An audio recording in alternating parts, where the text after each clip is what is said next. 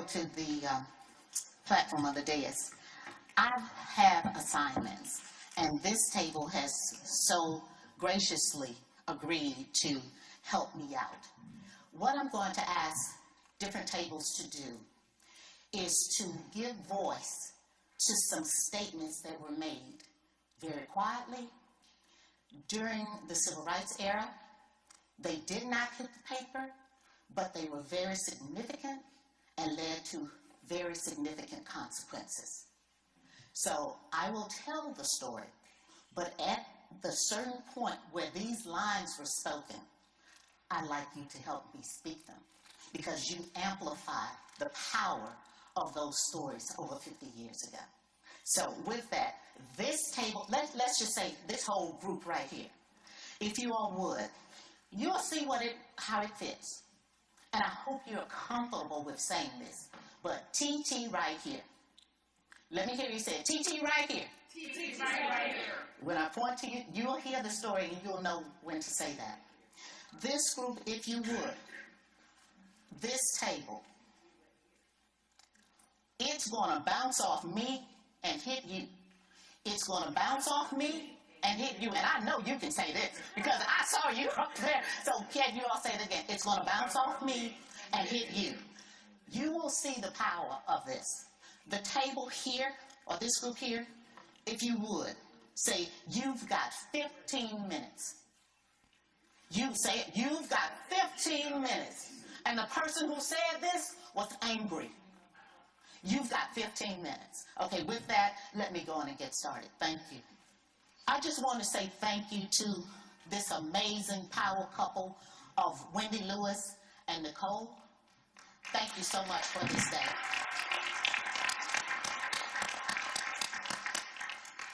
And I will be brief. I'm a native Mississippian, and native Mississippians, just like I'm sure you and your forebears, your people, as we say, like to tell stories. So I have 4 very quick stories I will share with you, and then we'll talk a little bit about my assignment, and that was to speak on the water crisis in Jackson, a case study for everybody. So, and I know it's been a long day, so we will roll through this. My father played football with Medgar Evers at Alcorn State University. It is the power of that one Medgar Evers who had influence over my one father that brought my father into the civil rights movement. Medgar would come to our home along his journey, very quietly, nobody knew it, and they would have conversations together. So that's the influence. This conversation at this juncture is about the power of oneness. How power can exist in quiet spaces. It's not always publicized. Power can happen within a moment. Power can happen quietly, silently, and without the amplification of media. Now, power doesn't need to rest there. It has to be amplified. But I'm sharing with you some significant events that happened very quietly. So, my father was brought into the civil rights movement by Medgar Evers. There was an evening when my father and my brother were coming from one of his civil rights meetings, the private kind, the silent ones, those that were held in the churches way out in the deep, so that you would not know that those meetings were going on. On their way back, there were 2 men who stopped my father. And they were not in hoods, but they stopped my father. And they did not stop him for a good reason. My father told my brother, go to the side of the car and just sit down. The 2 men came to my father, put my father down on the ground, held a gun to his head, and guess what my father said to him? It's going to. That's what my father said.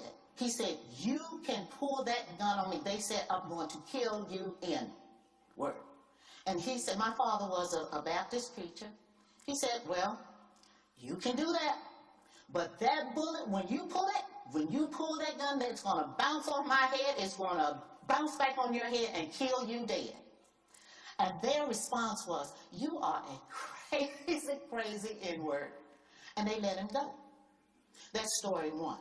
Very powerful. Never reached the paper, but my daddy came home that night. My brother was able to get back in the car and they drove home. That's story one. Next, in Natchez, Mississippi, my mother and I went shopping. We went shopping at JCPenney. Natchez, Mississippi, I'm going to get school clothing. At the time, my mother loved to shop, and we had a long day. I'm 5 years old. I needed to relieve myself. And we're there at the counter checking out, and we see restrooms right behind the white attendant. And I'm sorry, you know, we still got this black-white thing going on. I'm taking you back in history. Countertop full of clothes. I'm twisting and turning as a little baby girl. And my mother asked if I could use the restroom. Right there, right behind the car. No. You'd have to go down the street. And my mother looked at me, I looked up at her, tears in my eyes. And you know what she said? TT right here. She said, TT right here, baby. She said, Richard, don't worry about it, just TT right here. And when that clerk saw the relief that came on my face, she screamed, ran around that corner, and rushed me into that bathroom. So at the age of 5, right then, right there, the restrooms of JCPenney in Natchez, Mississippi were desegregated. And so that never hit the paper. But that was the power of that one woman who understood her value, who understood her place, and that happened. Next story. My godfather, very ill, in the Baptist Hospital, Jackson, Mississippi. His son comes down from Washington, D.C., and he's concerned about the care that his father's getting. They're not answering his questions like he needed them answered. And so the son noticed that his father was on one wing of the hospital, and the doctors, you know, a lot of activity was going on the other wing of the hospital, and you know what I mean. And so the wing where his father was somewhat quiet, very few doctors there. And so, and his name was Walter B. Lewis. Walter B. Lewis looked and he said, I'm noticing this hospital is a segregated hospital, and that should not be. And Walter was from Washington. He knew folks at Justice Department, and Walter said to the hospital administration,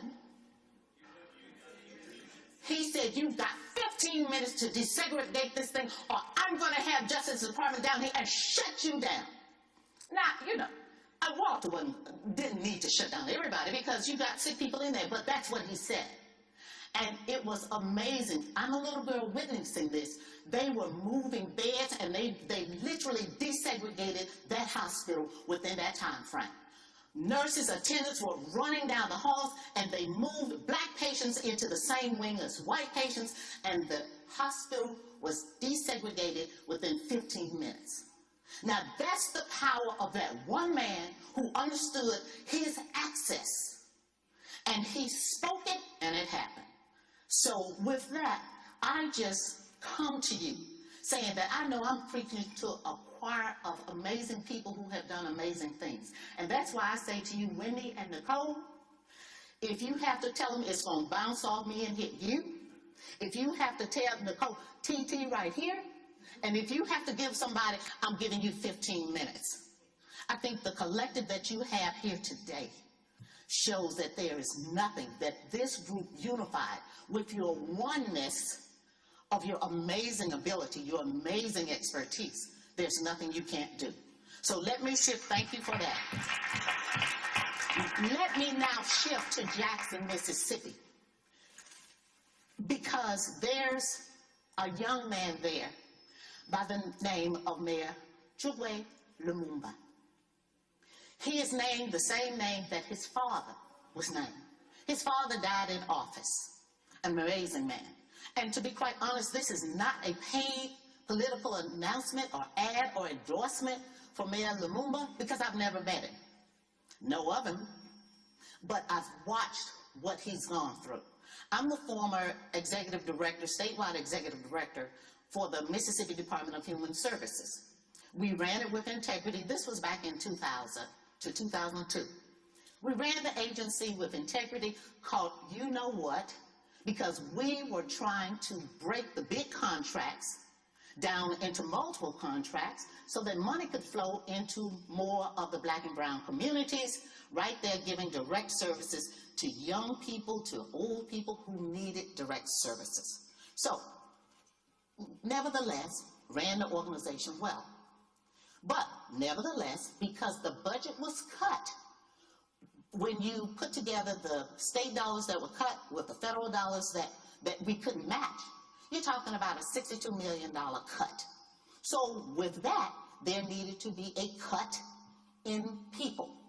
So as you are leaders, you know when you have to downsize, I hate the word right size, but when you have to downsize, because that's how we saw it, you look at those who are providing the least direct services to an agency that's responsible for providing direct services. So we were on TV for 2 weeks going through the fact that we had to let go employees of the agency. And those were employees who were providing the least direct services. Hold that thought. Now, back to Mayor Lumumba. The mayor has been criticized by the governor. This is Mississippi, same old story, same old script, for not managing the city of Jackson well enough. The script is the same when you have the leadership of Mississippi, specifically the governor's office, and certain members of the legislature who said, if you would just manage the money right, that's number one, to attack your leadership. If you would just manage the money right, you wouldn't have all of these problems. The water crisis of Jackson, Mississippi did not start in August. It did not start in February. This started years ago. The system itself goes back almost 100 years. So you have old infrastructure. And relative to the mayors, multiple mayors have asked for money, sufficient money, to fix the weakened infrastructure. Now, you did have some mayors that didn't even live in Jackson. So it was less of a concern then. So with this, talk about being a case study.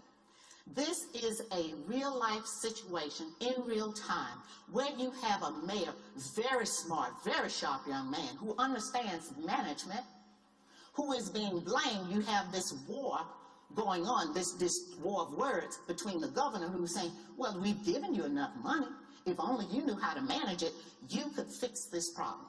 And the governor himself said, now because the Environmental Protection Agency is looking into your city, this shows that you don't know how to manage, in effect.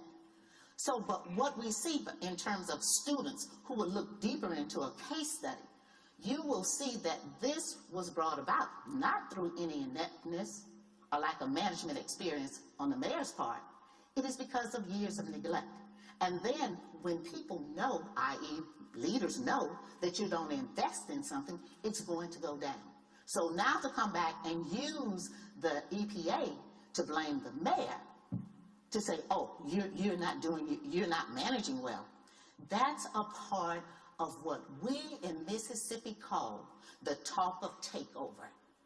I.e. you want to come back in Jackson, the tax base dropped around the 70s as white flight, so you didn't have the same amount of people to pay taxes. So you have that going on. Now you're saying, oh, you can't manage your city or town. And also with respect to the water and the contracts, it always boils down to money and the contracts and control. So the mayor, being a strong person as he is, has decided he is going to speak truth to power. And he's going to manage his city. And when it comes to the contracts, the fact that the state have stepped in, he's not going to let the state completely dismiss and disregard his city. he is going to be at the table. There was a battle of saying, I don't mind that the state has stepped in, but the state cannot completely ignore the role of the city of Jackson. Because we know when the contractor comes in, the people of the city of Jackson are going to have to be paying into that contract. So the lesson here, just real quickly, as one who served the entire state of Mississippi, where it was run with integrity, and now you have a governor who's accusing a Jackson mayor of not understanding how to manage his city.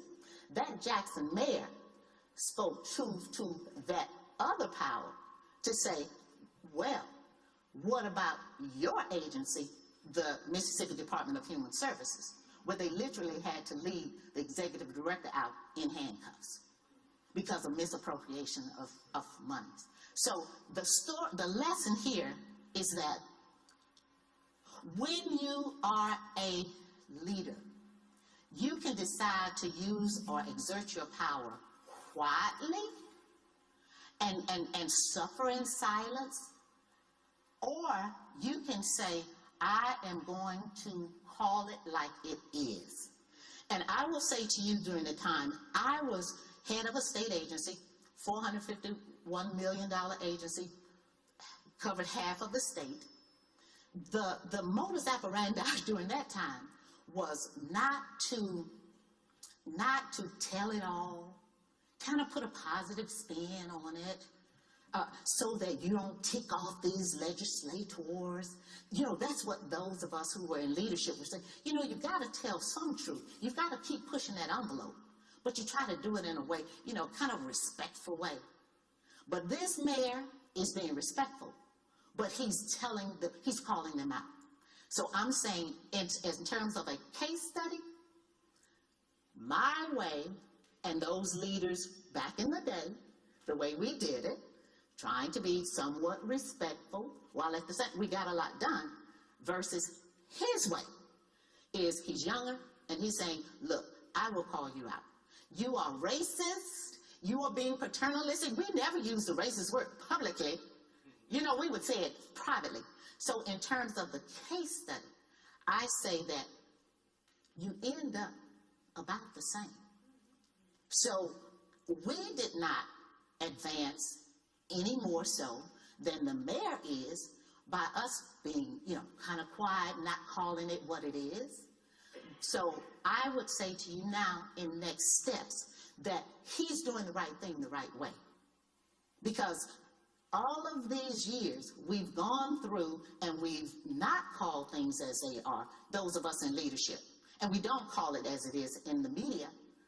He's doing the right thing now. So in terms of my close, what can we do now? What action steps could happen to support this mayor and this city? That is one, Wendy, what you're doing now, amplify. Just like in the civil rights movement, when the media was there, the world saw what was happening. That helped to shine the spotlight on the situation. And the spotlight needs to continue to shine, not just the hot moment of the situation, but to have media events that come back and give updates, to have stories, to literally do case studies, to produce case studies. I worked with Hope Credit Union. We did a case study, a Harvard case study. Those of you who are consultants and all, do a case study. That's number one. Money. The towns need money. They need the investment. I understand, you know, ESG, absolutely. Measurements, absolutely. However, what we have done just in small groups, we are investing direct cash into small rural towns of Mississippi. We're not putting a lot of measurements on them. We are there to advise them, but we are not saying you've got to jump through a whole lot of hoops to get this money. What we are saying is, here is money. We are here to advise you as you use the funds that we're giving. That's one. Two, the folks of Mississippi are ready, willing, and quite able to accept help. During COVID, the power of oneness again. I made one call. Somebody told me about masks. I made one call to a woman in Mississippi, never knew her, cold called her. She had a farm. I said, can we use your facility? She said, yes. So with that, we formed a partnership that involved a farmer, where we kept masks, the funeral home director. We didn't know any of these people. We called them up and say, here's what we need. Because there were small rural towns that only had one store. That store would only get COVID, PPP, twice a week, once every 2 weeks, and within 20 minutes it was gone. And so people didn't have cars to go to the next town. So with that effort, we were able to distribute, in addition to all the other things that were going on to provide PPP, over 33,000 face masks to the areas, Alligator, Mississippi, little places, but people don't know about that. Money, Mississippi, places that were backwater places. So again, that was just people coming together, one voice joining with other voices. And last point, what can be done? Investing money, Just Give Angels. That is the name of the organization that just gives money straight to towns. It's tax deductible. They're towns. They are small towns where there was one, they raised $21,000 and they were able to reach a particular goal they had. So that's the thing that can be done. Amplify the problem, keep the spotlight going, have these conferences like this, invite the mayor to come up. Invest in Jackson. There are houses, someone talked about gardens and dilapidated spaces. Coming from an agricultural background, the message is if you own it, you need to own the land that your feet stand on. So to be quite frank with you, to save Jackson, there need to be people who love Jackson and who are conscious such that buy up this stuff. Cheap real estate, lots you can buy, you can build gardens, invest. That's what we need. And the last thing, the investment in the infrastructure, but also invest in political leadership. Just politics is it. The state of Mississippi does not have the numbers to effect change. We have in the legislature right now, I'm saying Congress, Cindy Hyde-Smith, and you all may know the story. She said, if there's a public lynching in Mississippi, I want to be on the front seat.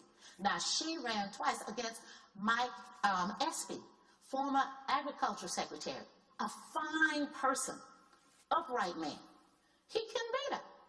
So in terms of what you as thought leaders and influencers can do is, again, invest in the city, invest in political campaigns of people who care about doing the right thing, and keep the public pressure on, because we need the external pressure. So with that, I want to say thank you so much for what you're doing. I am Janice from Brooks. Wendy Lewis knows how to reach me, and if anyone wants to tap in and help, we are here. So thank you very much for your time.